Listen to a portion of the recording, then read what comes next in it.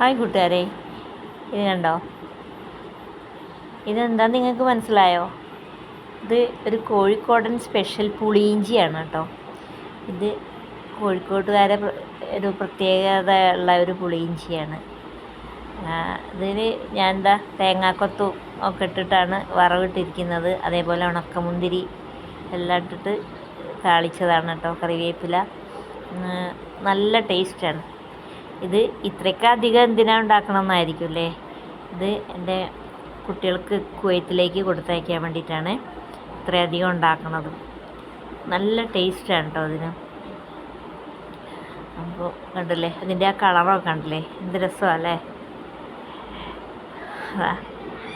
ഇത് ചോറിൻ്റെ കൂടെയൊക്കെ ഭയങ്കര ടേസ്റ്റാണ് കഴിക്കാൻ. ഇതെങ്ങനെ ഉണ്ടാക്കുന്നു എന്തൊക്കെയാണെന്ന് ഞാൻ പറയാം. ഇഞ്ചി, പച്ചമുളക്, ഇഞ്ചി കുഞ്ഞു കുഞ്ഞാക്കി അരിയുക കേട്ടോ. അല്ല, കുഞ്ഞു കുഞ്ഞാക്കി അരിയുക. അതെന്ന് വെച്ചാൽ അത്രയും വലിയ വലിയ കഷ്ണം ഉണ്ടാകാൻ പാടില്ല. അതുപോലെ തന്നെ പച്ചമുളക്, കറിവേപ്പില ഒക്കെ ഇതേപോലെ കുഞ്ഞാക്കി അരിഞ്ഞിട്ട്, ഇഞ്ചി ഒരിക്കലും വലിയതാക്കി അരിയരുത്. ഒരേ കണക്കിൽ മാത്രം അരിയാവൂ കേട്ടോ. എന്നിട്ട് പിന്നെ ഒരു ഉരുളിയാണ് വെച്ചിട്ട്, ഉരുളിയിലേക്ക് എണ്ണ ഒഴിച്ചിട്ട് ഇഞ്ചി അതിലേക്ക് ഇട്ടിട്ട് നന്നായിട്ട് വറക്കുകയാണ് കേട്ടോ. അങ്ങനെ ഇഞ്ചി നന്നായിട്ട് വറക്കണം. പിന്നെ ഇത് ഉണ്ടാക്കുമ്പോൾ വേറൊരു രസം ഉണ്ടായിട്ടുണ്ടായിരുന്നേ. എന്താ ഞാൻ പറഞ്ഞുതരാം കേട്ടോ. ഞാൻ ഗ്യാസിൻ്റെ മുകളിലായിരുന്നു ഇത് ഉണ്ടാക്കിക്കൊണ്ടിരിക്കുന്നത്. അത് ഗ്യാസിൻ്റെ മുകളിൽ ഞാനിതിങ്ങനെ വറുത്തുകൊണ്ടിരിക്കുകയാണ്. കുറേ ഇങ്ങനെ വറുത്തുകൊണ്ടിരിക്കുമ്പം നിങ്ങൾ പറയണ്ട, ഗ്യാസ് അങ്ങ് തീർന്നു. ഇനിയിപ്പോൾ എന്ത് ചെയ്യും ദൈവമേ എന്ന് വിചാരിച്ചുകൊണ്ടിരിക്കും. പുറത്ത് വിറകടുപ്പുണ്ട് കേട്ടോ.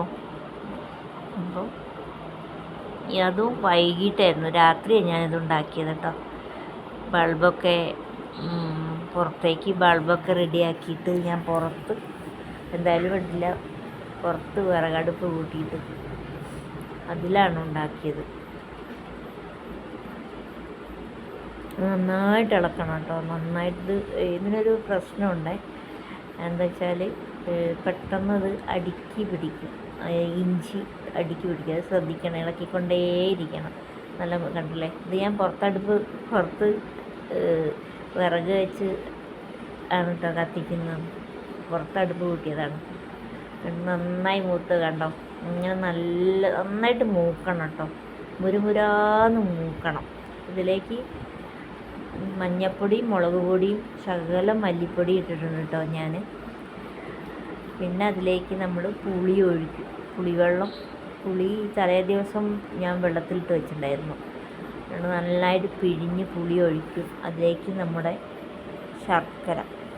ശർക്കര പാനിയായിട്ട്, എന്നാൽ ചില ശർക്കരയിൽ കല്ലുണ്ടാവുമല്ലോ. അപ്പം ഇത് കല്ലൊന്നുമില്ലാത്ത ശർക്കര നമുക്ക് വാങ്ങിക്കാൻ കിട്ടും. അപ്പോൾ ചിലർ ഇത് ശർക്കര പാനിയായിട്ട് ഒഴിക്കും. ഇത് കല്ലില്ലാത്ത കാരണം ഞാൻ ശർക്കര അങ്ങനെ തന്നെ ഇട്ടതാണ്. കണ്ടില്ല, നല്ല കുമിളകൾ വരുന്നുണ്ടല്ലോ, നല്ല രസമല്ലേ. നല്ല കുമിളകൾ വരുന്നുണ്ടല്ലേ. ഇങ്ങനെ നമ്മുടെ പുളിയിഞ്ചി റെഡി ആയിട്ടുണ്ട് കേട്ടോ. അതിലേക്ക് ഇതാ കണ്ടില്ലേ, തേങ്ങാക്കൊത്തും മുന്തിരിയും കടുകൊക്കെ കറിവേപ്പിലയൊക്കെ ഇട്ടിട്ട് കടുക് പൊട്ടിച്ച് റെഡിയാക്കി വെച്ചിരിക്കുകയാണ്.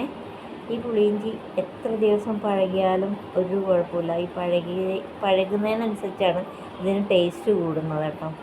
അപ്പോൾ ഇന്നുണ്ടാക്കിയിട്ട് നാളെ മറ്റന്നാൾ അതിനടുത്ത ദിവസങ്ങളിലൊക്കെ നമ്മൾ കഴിച്ചു കഴിഞ്ഞാൽ ഭയങ്കര ടേസ്റ്റാണ്. പഴകുന്നതിനനുസരിച്ച് ടേസ്റ്റാണ്. അപ്പോൾ എൻ്റെ പിള്ളേർക്ക് ഭയങ്കര ഇഷ്ടമാണ് പുളിയിഞ്ചി. ഇത് പിന്നെ ഞങ്ങളിവിടെ എന്താ പറയുക, സദ്യക്കൊക്കെ പുളിയിഞ്ചി ഉണ്ടാക്കും. പക്ഷേ ഇങ്ങനെ തേങ്ങാക്കൊത്തൊന്നും ഉണ്ടാക്കില്ല കേട്ടോ. എൻ്റെ മക്കൾ പറഞ്ഞിട്ടുണ്ടത് തേങ്ങാക്കൊത്തും മുന്തിരിയൊക്കെ ഇത് നെയ്യിലാണിത് വറുത്തിട്ടത്. കടുക് പൊട്ടിച്ച് നെയ്യൊഴിച്ച് കടുക് പൊട്ടിച്ച് അതിലേക്ക് ഉണക്കമുന്തിരിയൊക്കെ ഇട്ടിട്ട് അങ്ങനെ ഉണ്ടാക്കിയ സൂപ്പറല്ലേ.